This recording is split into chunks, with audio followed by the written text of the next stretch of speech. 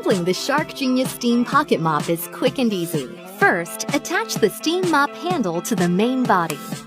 Then connect the Genius Mop head, and just like that, the Steam Mop is assembled.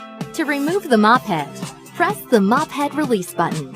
And to put together the spray pocket mop, simply insert the second handle into the lower pole connector, and then attach the Genius Mop head. That's all there is to it.